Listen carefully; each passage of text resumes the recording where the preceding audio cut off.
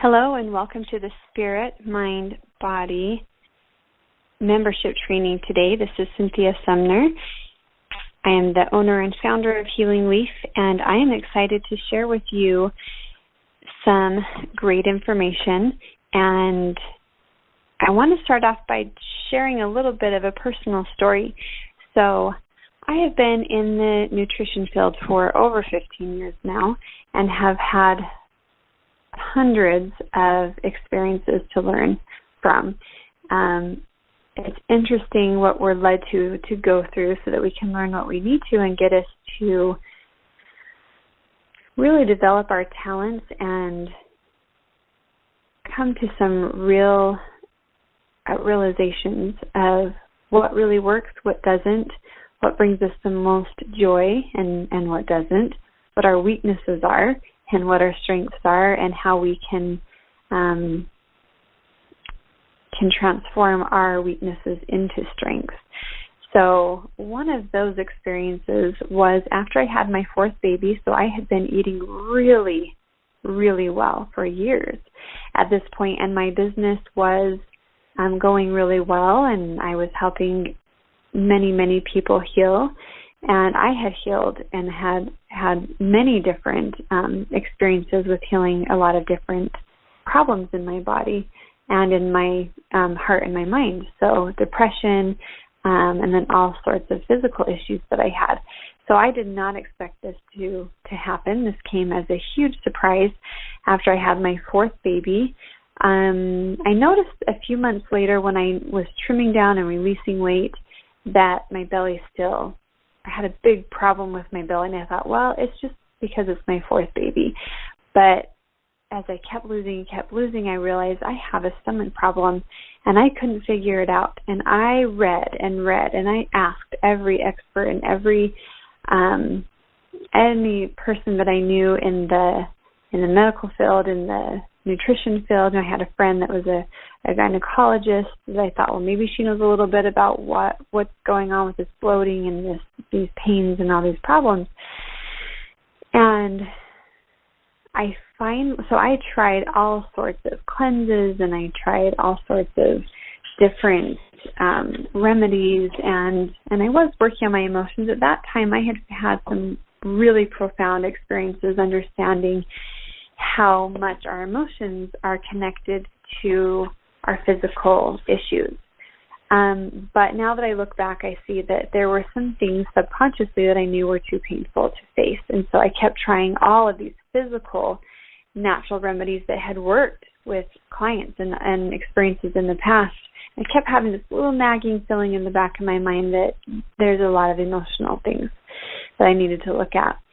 So I finally went to a doctor. Not that I'm against doctors. You'll know, I'm sure that you have noticed that I never talk negative about any other way of doing things. I am a very open-minded person, and that there are many experts for many reasons. But because I have learned so much, I have been very self-sufficient for the last 15 years. In fact, my children really don't even know what a doctor's office looks like, because I've been blessed to know how to take care of them. So for me to go to the doctor was a big, big deal. I just wanted to know, maybe to have some ultrasounds done to see what's going on inside my belly. Like, what is happening? I have tried everything. So to be very fit and then have this belly that looks like you're 2 or 3 months pregnant. I know you men that are listening, you wouldn't know what that feels like, but I would have to suck in for hours at a time, or else people would really ask me, are you pregnant?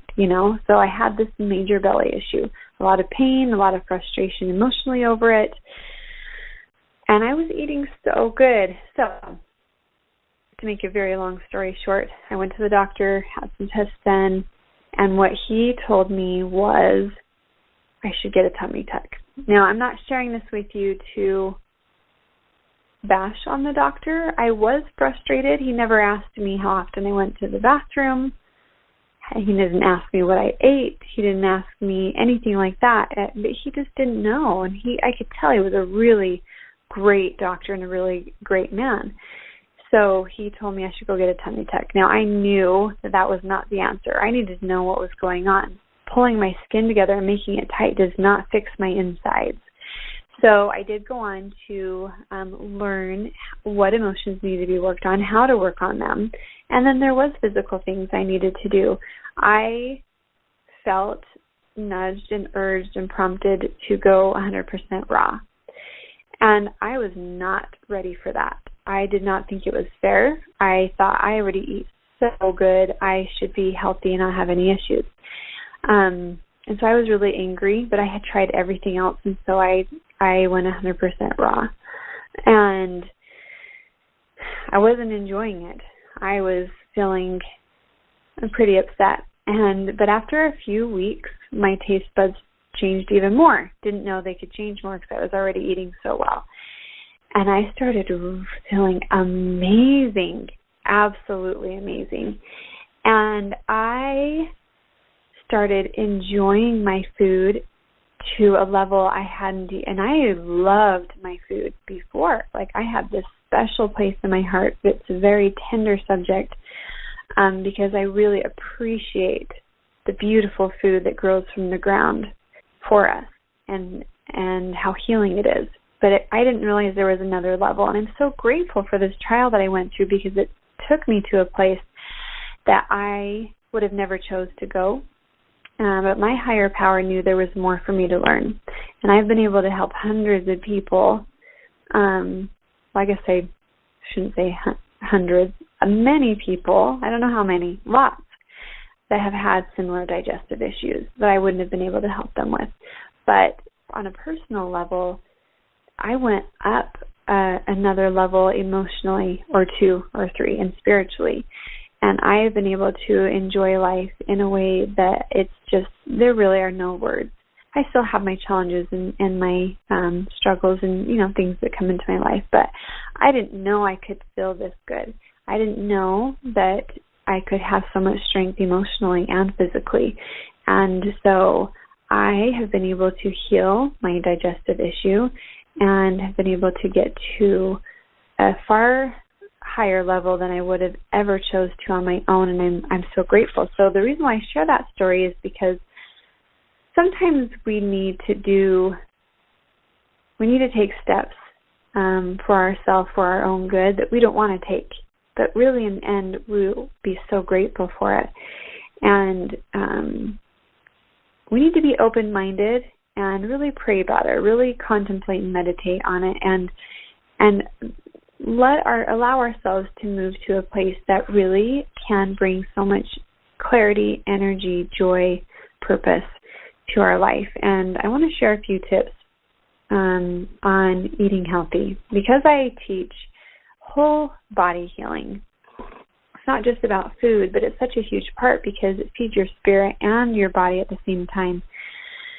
And so many people that I work with, and sometimes this is just human nature, but they're in a lot of pain usually, and they've tried everything. And then they're finally ready to make some changes in their food, or make the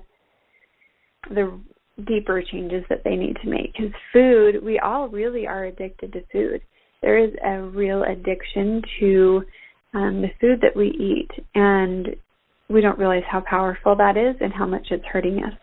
And a lot of people I work with say, well, I already eat so well. But once they get on the program and I start helping them really make some choices, they usually share with me, oh, I really thought I was eating pretty good, but I had some changes to make, and then they get some amazing results. So I'm taking from an amazing book called Discovering the Word of Wisdom by Jane Birch. And those of you that may not be familiar with the Word of Wisdom, it's in a scriptural book from the religion that I belong to, the Church of Jesus Christ of Latter-day Saints. And it really is such an informative book and very inspiring. There's great information in here, and then there's also stories about people that have changed their diet to a plant-based way of eating, and they share their story of how they healed, and they are amazing healing stories. But I want to share in here what she says on how we can avoid chronic illnesses. So she says, beyond avoiding many chronic illnesses by changing your diet now, you'll also enjoy better health for the rest of your life. You'll feel better. You'll lose all the weight you need to lose and keep it off for the rest of your life. You'll look better. You'll have more energy. You won't get sick as often. You'll potentially save thousands of medical dollars over the course of your lifetime. You won't experience some of the constant health issues that may not be life-threatening but are very uncomfortable and keep you from operating at your peak. If you aren't convinced yet, here are additional rationales for why you may want to start now rather than wait until you actually have a chronic illness. So a lot of times people, this is just me inserting, that a lot of people really do wait till they're in pain and then they're motivated to do something. She's trying to help us understand why it's worth changing our diet now for the better, so that we can prevent. So prevention is easier than treatment is her first argument. And then also we need to give ourselves the chance of achieving optimal health. By starting now, you'll have a better chance of reaching and maintaining optimal health. If you wait too long, this may never be an option for you. Sometimes it can be too late. Not that our body isn't capable, but there's just not enough time left in our life for the healing that needs to be done. And there can be some damage done that is really painful and takes a lot of time and energy, and that we may not have the faith or the time and energy to put into it to heal. She also says, don't be complacent. Many debilitating illnesses take years to develop. So a lot of times we think, well, I feel fine. I can eat what I want, and I'm just really healthy. And there are some people that live to be 80 or 90, and they don't eat well and don't really take care of themselves, and so we kind of think that we can be that way. But 90% of people will have things come up in their life that are not fun to deal with physical ailments. She also says, poor habits lead to poor quality of life. I highly agree with her on this, that eating a low-vibrating diet or processed food or not eating enough plant-based food really does affect us emotionally on a very huge level. And then it also makes it easy to give in to other things that aren't so good for us. Too much TV, not enough exercise, being a little bit grumpy, not as forgiving, not following our dreams. It kind of just leads into this type of life. She also says it's harder to change once you are sick. And so she's just sharing how if we really could picture in our mind or remember when we were really sick and how awful we felt, remember that in your mind and think, okay, I really, in the moment of being sick, I know I would wish that I did something to prevent it. So picture yourself when you're feeling awful and in bed and so sick, and then decide now to take some steps to prevent. And then her last thing that she shares is being healthy is appealing at every age. So I love when I go and run races and I see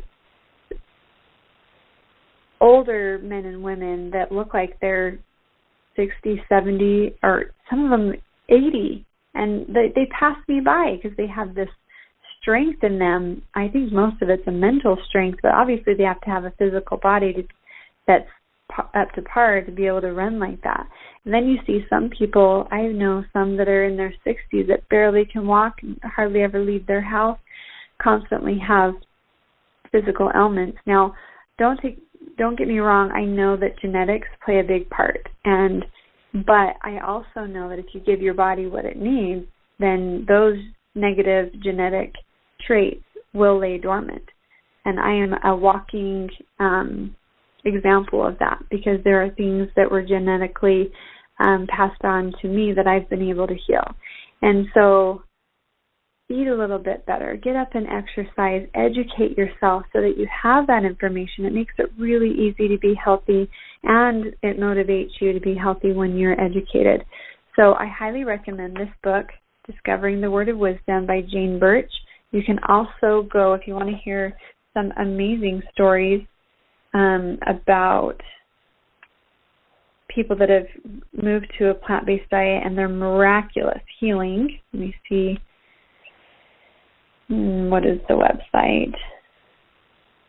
DiscoveringTheWordOfWisdom.com. So even if you're not of a member of the Church of Jesus Christ of Latter-day Saints, it still is very informative and very inspiring. It refers to the China Study and the book, The China Study, often in here. Most of the people that share their stories, it's because they read the China Study and it changed their whole life. And then also they went on to watch Forks Over Knives, which is a documentary on the China Study.